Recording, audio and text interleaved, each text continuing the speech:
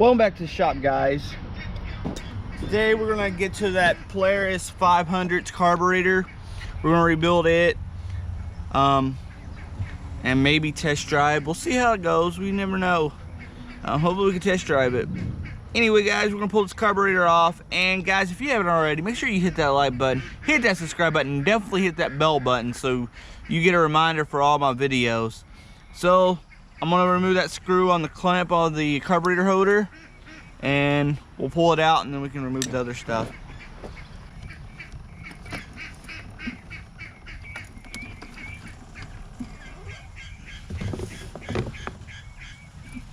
I'll leave this up here enough to get this throttle cable out.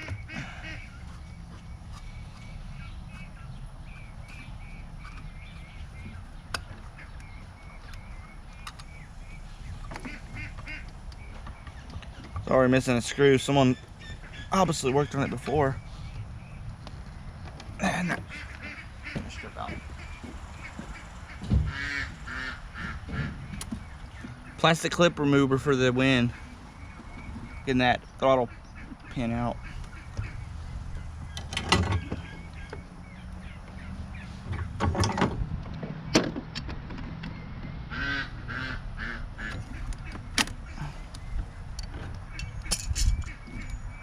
Throttle barrel. There we go. That's the real name for it. Move that with a pair of pliers.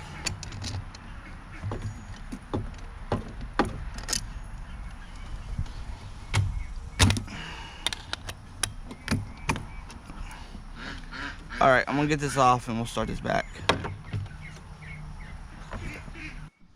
Alright, let's start the chair down, and I'll throw it over here in the ultrasonic cleaner. What we're going to do is I'm going to talk about probably where it failed and why it had a tank full of gas. If y'all watched the other video, y'all would have seen the damage it caused. And as usual, so what I do when they're like that, I want to take a pair of vice grips and break the torque. So big shout out to TCM Outdoor. I'll post his link in the description. I was wondering, does she these threaded ports? I seen a video, he did one, and I was wondering what these were, and obviously they're just nothing, they're just threaded ports. So let's tear this apart. There we have it, guys. That's off. You can see the corrosion and stuff, but right down in here is where it'll be causing our issues. And if you look, that screw is stripped out. So I'm going to lift it up here off camera because it's hard for me to hold it down and break that torque.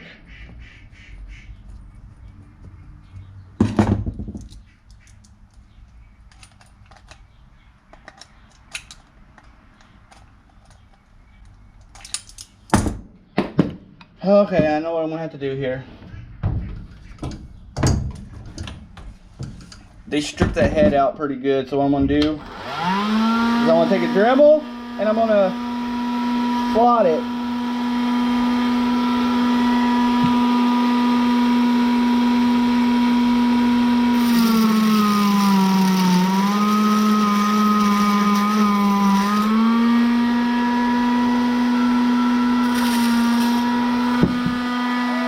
That's out, and right here is probably what failed, this needle seat right here. There's an O-ring behind it. Let me grab I got a set of needle nose. Try to pull it out with some needle nose. There's a needle seat behind it, or O-ring behind the needle seat. See how that pulled out? That shouldn't have pulled out that easy. And that right there is probably what failed and caused the issue. So I'm going to finish this carburetor, tear it down, what little bits left, throw it in the ultrasonic cleaner, and I'll start it back when I'm done. So after cleaning and rebuilding the carburetor, as you see in this video, I put it all back together and it licked. So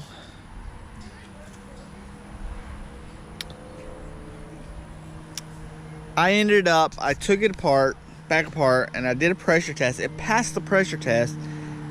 It showed no reasons to leak, but there was some damage to the carburetor body and stuff.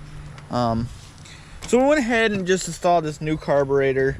It's an aftermarket carburetor. It runs now.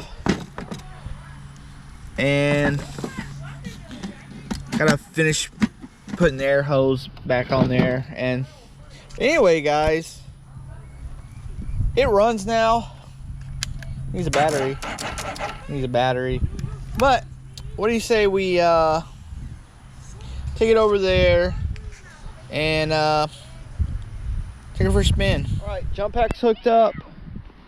So now we're gonna make sure we turn the fuel on.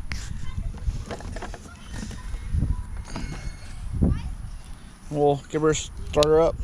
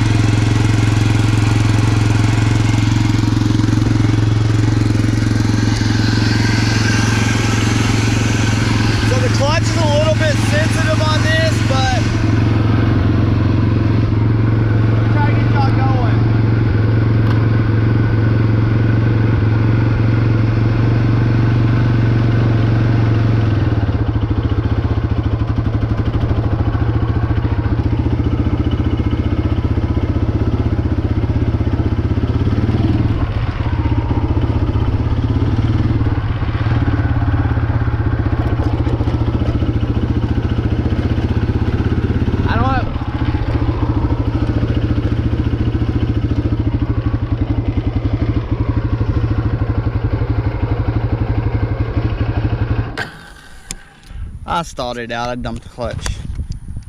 Okay, let me get this on a tripod and get this started again. I can't hold this in my hand and I don't have my mount. So I want to put y'all on a stand here and we'll start back.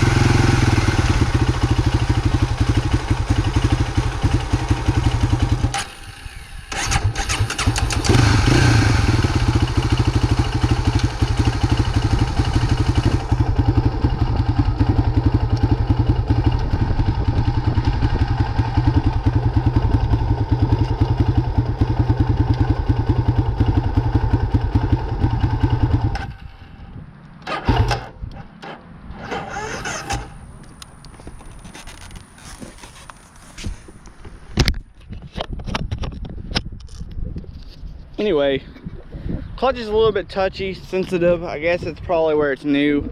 It's a bit sensitive. So I started out a couple of times, but other than that, once you get going, it's going good. It's just that first takeoff. That clutch on that bike is, that clutch and throttle setup is really touchy. But it's a fast bike. Neutral is hard to find on this bike. I don't know what's going on there. But other than that, guys, I gotta put it back together and I can send it home tomorrow. She runs good. I'm just not much on riding the sports bikes. If someone knows what they're doing, they probably ride it a lot better. But this setup's kind of a touchy setup here. Anyway, guys, if you haven't already, hit that like button, hit that subscribe button. Guys, I will see y'all next time. I know this wasn't as exciting as I wanted it to be. I tried to not replace carburetors. It's just one of those times that I had to get it running, get it out the door, go on to the next job. Anyway, guys, I'll see you on the next one.